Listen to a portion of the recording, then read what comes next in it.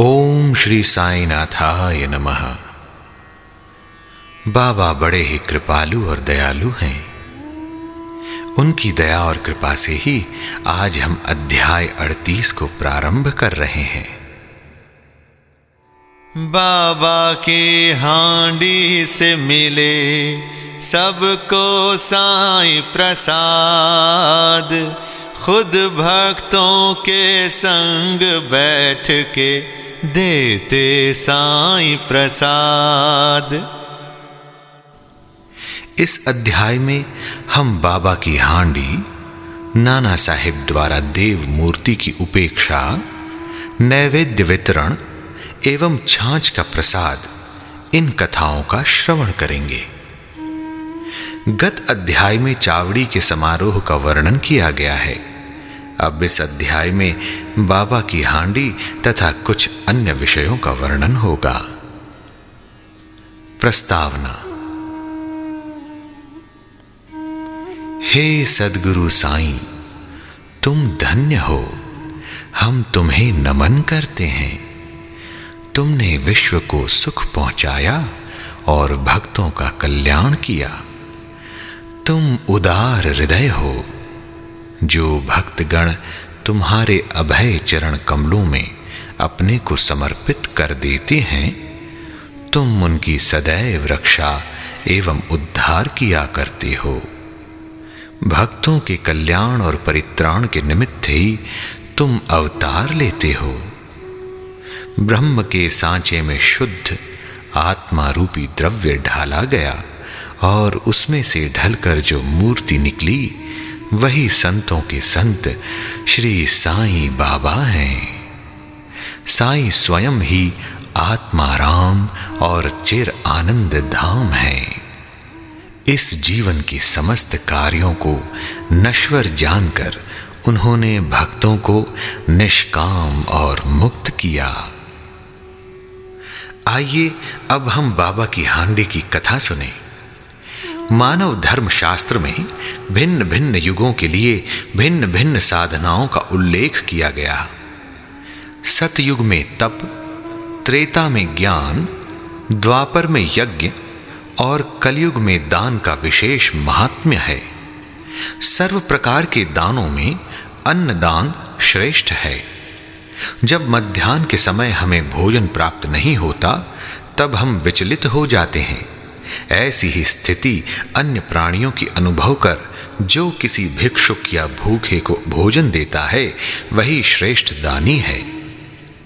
तैत्तरीय उपनिषद में लिखा है कि अन्न ही ब्रह्म है और उसी से सब प्राणियों की उत्पत्ति होती है तथा उससे ही वे जीवित रहते हैं और मृत्यु के उपरांत उसी में लय भी हो जाते हैं। जब कोई अतिथि दोपहर के समय अपने घर आता है, तो हमारा कर्तव्य हो जाता है कि हम उसका अभिनंदन कर उसे भोजन कराएं। अन्नदान जैसे धन, भूमि और वस्त्र इत्यादि देने में तो पात्रता का विचार करना पड़ता है, परंतु अन्न के लिए विशेष सोच विचार की आवश्यकता नहीं है। दोपहर के समय कोई भी अपने द्वार पर आए, उसे शीघ्र भोजन कराना हमारा परम कर्तव्य है। प्रथमतः लूले, लंगड़े, अंधे या रुग्ण भिखारियों को, फिर उन्हें जो हाथ पैर से स्वस्थ हैं, और उन सभी के बाद अपने संबंधियों को भोजन कराना चाहिए। अन्य सभी की अपेक्षा पंगुओं को भोजन कराने का महत्व अधिक है।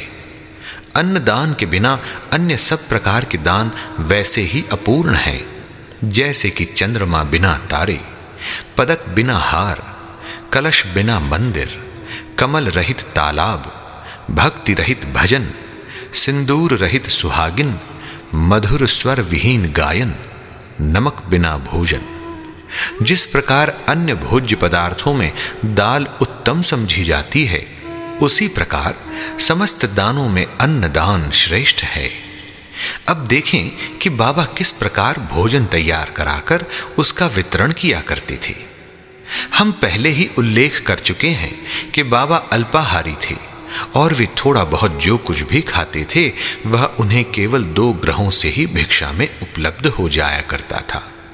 परंतु जब उनके मन में सभी भक्तों को भोजन कराने की इच्छा होती तो प्रारंभ से लेकर अंत तक संपूर्ण व्यवस्था वे स्वयं किया करते थे। वे किसी पर निर्भर नहीं रहते थे और न ही किसी को इस संबंध में कष्ट ही दिया करते थे।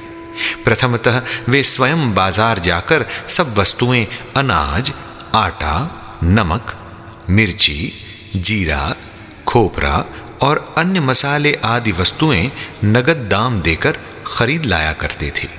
यहां तक कि पीसने का कार्य भी वे स्वयं ही किया करते थे। मस्जिद के आंगन में ही एक भट्टी बनाकर उसमें अग्नि प्रज्वलित करके हांडी में ठीक नाप से पानी भर देते थे। हांडी 2 प्रकार की थी, एक छोटी और दूसरी बड़ी। एक में 100 और दूसरी में 500 व्यक्तियों का भोजन तैयार हो सकता था। कभी वे मीठे चावल बनाते और कभी मांस मिश्रित चावल बनाते थे, अर्थात पुलाव। कभी कभी दाल और मुटकुले भी बना लेते थे। पत्थर के सिल पर महीन मसाला पीसकर हंडी में डाल देते थे। भोजन रुचिकर बने इसका वे भरसक प्रयत्न किया करते थे। ज्वार के आटे को पानी में उबालकर उसमें छाछ मिलाकर आमटी बनाते और भोजन के साथ सब भक्तों को समान मात्रा में बांट देते थे। भोजन ठीक बन रहा है या नहीं, ये जानने के लिए वे अपनी कफनी की बाहें ऊपर चढ़ाकर निर्भय हो उबलती हांडी में हाथ डाल देते और उसे चारों ओर घुमाया करते थे। ऐसा करने पर भी उनके हाथ पर न कोई जलन का चिन्ह और न चेहरे पर कोई पीड़ा की रेखा प्रतीत होती थी। जब भोजन तैयार हो जाता तब वे मस्जिद से बर्तन मंगाकर मौलवी से फातिहा पढ़ने को कहते थे। फिर वे महालसापति तथा तात्या पाटिल के प्रसाद का भाग पृथक रखकर शेष भोजन गरीब और अनाथ लोगों को खिलाकर उन्हें तृप्त करते थे। सचमुच वे लोग धन्य थे। कितने भाग्यशाली थे वे, जिन्हें बाबा के हाथ का बना और परोसा हुआ भोजन खाने को प्राप्त हुआ। यहां कोई ये शंका कर सकता है कि क्या वे शाकाहारी और मांसाहारी भोज्य पदार्थों का प्रसाद सभी को बांटा करते थे? इसका उत्तर बिल्कुल सीधा और सरल है।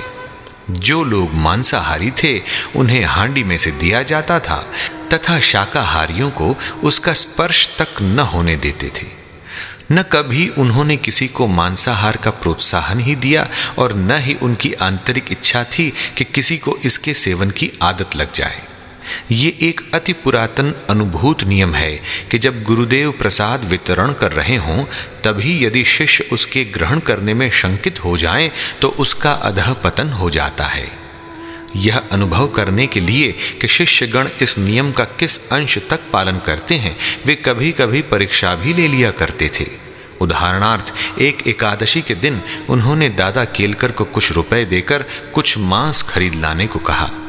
दादा केलकर पूरे कर्मकांडी थे और प्रायः सभी नियमों का जीवन में पालन किया करते थे। उनकी ये दृढ़ भावना थी कि द्रव्य, अन्न और वस्त्र इत्यादि गुरु को भेंट करना पर्याप्त नहीं है, केवल उनकी आज्ञा ही शीघ्र कार्यान्वित करने से वे प्रसन्न हो जाते हैं। यही उनकी दक्षिणा है। दादा शीघ्र कपड़े पहनकर एक थैला लेकर बाजार जाने के लिए उद्यत हो गए। तब बाबा ने उन्हें लौटा दिया और कहा कि तुम न जाओ, अन्य किसी को भेज दो। दादा ने अपने नौकर पांडु को इस कार्य के निमित्त भेजा। उसको जाते देखकर बाबा ने उसे भी वापस बुलाने को कहकर यह कार्यक्रम स्थगित कर दिया। ऐसे ही एक अन्य अवसर पर उन्होंने दादा से कहा, देखो तो नमकीन पुलाव कैसा पका है। दादा ने यों ही मुंह देखी कह दिया, अच्छा है। तब वे कहने लगे, तुमने न अपनी आंखों से ही देखा और न जिह्वा से स्वाद लिया, फिर तुमने ये कैसे कह दिया कि उत्तम बना है? थोड़ा ढक्कन हटाकर तो देखो। बाबा ने दादा की बांह पकड़ी और बलपूर्वक बर्तन में डालकर बोले, थोड़ा सा इसमें से निकालो और अपना कट्टरपन छोड़कर चख कर देखो। जब मां का सच्चा प्रेम बच्चे पर उमड़ आता है तब मां उसे चिकोटी भरती है, परंतु उसका चिल्लाना या रोना देखकर वह उसे हृदय से लगाती है। इसी प्रकार बाबा ने सात्विक मातृ प्रेम के वश हो दादा का इस प्रकार हाथ पकड़ा। यथार्थ में कोई भी संत या गुरु कभी भी अपने कर्मकांडी शिष्य को वर्जित भोज्य के लिए आग्रह करके अपनी अपकीर्ति कराना पसंद न करेगा। इस प्रकार यह हांडी का कार्यक्रम सन 1910 तक चला और फिर स्थगित हो गया। जैसा पूर्व में उल्लेख किया जा चुका है, दासगणों ने अपने कीर्तन द्वारा समस्त बंबई प्रांत में बाबा की अधिक कीर्ति फैलाई। फलतः इस प्रांत से लोगों के झुंड शिरडी को आने लगे और थोड़े ही दिनों में शिरडी पवित्र तीर्थ क्षेत्र बन गया। भक्तगण बाबा को नैवेद्य अर्पित करने के लिए नाना प्रकार के स्वादिष्ट पदार्थ लाते थे, जो इतनी अधिक मात्रा में एकत्र हो जाता था कि फकीरों और भिखारियों को संतोष पूर्वक भोजन कराने पर भी बच जाता था। नैवेद्य वितरण करने की विधि का वर्णन करने से पूर्व हम नाना साहेब चांदोरकर की उस कथा का वर्णन करेंगे जो स्थानीय देवी देवताओं और मूर्तियों के प्रति बाबा की सम्मान भावना की द्योतक है। नाना साहेब द्वारा देव मूर्ति की उपेक्षा की कथा सुने। कुछ व्यक्ति अपनी कल्पना के अनुसार बाबा को ब्राह्मण तथा कुछ उन्हें यवन समझा करते थे, परंतु वास्तव में उनकी कोई जाति न थी। उनकी और ईश्वर की केवल एक जाति थी। कोई भी निश्चय पूर्वक ये नहीं जानता था कि वे किस कुल में जन्मे और उनके माता पिता कौन थे। फिर उन्हें हिंदू या यवन कैसे घोषित किया जा सकता है? यदि वे यवन होते तो मस्जिद में सदैव धूनी और तुलसी वृंदावन ही क्यों लगाते और शंख, घंटे तथा अन्य संगीत वाद्य क्यों बजने देते? हिंदुओं की विविध प्रकार की पूजाओं को क्यों स्वीकार करते? यदि सचमुच यवन होते तो उनके कान क्यों छिदे होते तथा वे हिंदू मंदिरों का स्वयं जीर्णोद्धार क्यों करवाते? उन्होंने हिंदुओं की मूर्तियों तथा देवी देवताओं की जरासी उपेक्षा भी कभी सहन न की। एक बार नाना साहेब चांदोरकर अपने साढ़ू श्री बिनीवले के साथ शिरडी आए। जब वे मस्जिद में पहुंचे, बाबा वार्तालाप करते हुए अनायासी क्रोधित होकर कहने लगे, तुम दीर्घ काल से मेरे सानिध्य में हो, फिर भी ऐसा आचरण क्यों करते हो? नाना साहेब प्रथमतः इन शब्दों का कुछ भी अर्थ न समझ सके, अतः उन्होंने अपना अपराध समझाने की प्रार्थना की। प्रत्युत्तर में उन्होंने कहा, तुम अब कोपर गांव आए और फिर वहां से कैसे शिरडी आ पहुंचे? तब नाना साहेब को अपनी भूल तुरंत ही ज्ञात हो गई। उनका ये नियम था कि शिरडी आने से पूर्व वे कोपर गांव में गोदावरी के तट पर स्थित श्री दत्त का पूजन किया करते थे, परंतु रिश्तेदार के दत्त उपासक होने पर भी इस बार विलंब होने के भय से उन्होंने उनको भी दत्त मंदिर जाने से हतोत्साहित किया और वे दोनों सीधे शिरडी चले आए थे। अपना दोष स्वीकार कर उन्होंने कहा, गोदावरी में स्नान करते समय पैर में एक बड़ा कांटा चुभ जाने के कारण अधिक कष्ट हो गया था। बाबा ने कहा, ये तो बहुत छोटा सा दंड है, और उन्हें भविष्य में ऐसे आचरण के लिए सदैव सावधान रहने की चेतावनी दी। अब हम नैवेद्य वितरण का वर्णन करेंगे। आरती समाप्त होने पर बाबा से आशीर्वाद तथा उदी प्राप्त कर जब भक्तगण अपने अपने घर चले जाते, तब बाबा पर्दे के भीतर प्रवेश कर निंबर के सहारे पीठ टेक कर भोजन के लिए आसन ग्रहण करते थे। भक्तों की 2 पंक्तियां उनके समीप बैठा करती थी। भक्तगण नाना प्रकार के नैवेद्य, पुरी, मांडे, पेड़ा, बर्फी, बासुंदी, उपमा, अंबे मोहर इत्यादि थाली में सजा सजा कर लाते, और जब तक वे नैवेद्य स्वीकार न कर लेते तब तक भक्तगण बाहर ही प्रतीक्षा किया करते थे। समस्त नैवेद्य एकत्रित कर दिया जाता, तब वे स्वयं भगवान को नैवेद्य अर्पण कर स्वयं ग्रहण करते थे। उसमें से कुछ भाग बाहर प्रतीक्षा करने वालों को देकर शेष भीतर बैठे हुए भक्त पा लिया करते थे। जब बाबा सबके मध्य में आ विराजते, तब दोनों पंक्तियों में बैठे हुए भक्त तृप्त होकर भोजन किया करते थे। बाबा प्रायः श्यामा और निमोणकर से भक्तों को अच्छी तरह भोजन कराने और प्रत्येक की आवश्यकता का सावधानी पूर्वक ध्यान रखने को कहते थे। वे दोनों भी इस कार्य को बड़ी लगन और हर्ष से करते थे। इस प्रकार प्राप्त प्रत्येक ग्रास भक्तों को पोषक और संतोषदायक होता था। कितना मधुर, पवित्र, प्रेम रसपूर्ण भोजन था, सदा मांगलिक और पवित्र। आइए अब हम छाछ अर्थात मट्ठा प्रसाद की कथा सुने। इस सत्संग में बैठकर एक दिन जब हेमाड़ पंत पूर्णतः भोजन कर चुके, तब बाबा ने उन्हें एक प्याला छाछ पीने को दिया। उसके श्वेत रंग से वे प्रसन्न तो हुए, परंतु उदर में जरा सी भी गुंजाइश न होने के कारण उन्होंने केवल एक घूंट ही पिया। उनका यह उपेक्षात्मक व्यवहार देखकर बाबा ने कहा, सब पी जाओ, ऐसा सुअवसर अब कभी न पाओगे।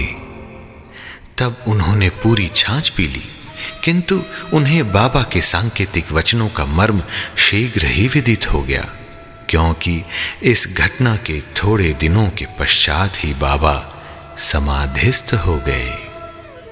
पाठकों, अब हमें अवश्य ही हेमाड़ पंत के प्रति कृतज्ञ होना चाहिए, क्योंकि उन्होंने तो छाछ का प्याला पिया, परंतु वे हमारे लिए यथेष्ट मात्रा में श्री साईं लीला रूपी अमृत दे गए। गुरु प्रसाद जब दे रहा हो, करिए न शंका कोई। जिनके मन शंका हुई, उन्हें ज्ञान कहाँ से होए। श्री सद्गुरु साईनाथार्पणमस्तु। शुभम भवतु। अध्याय 38 संपूर्णम।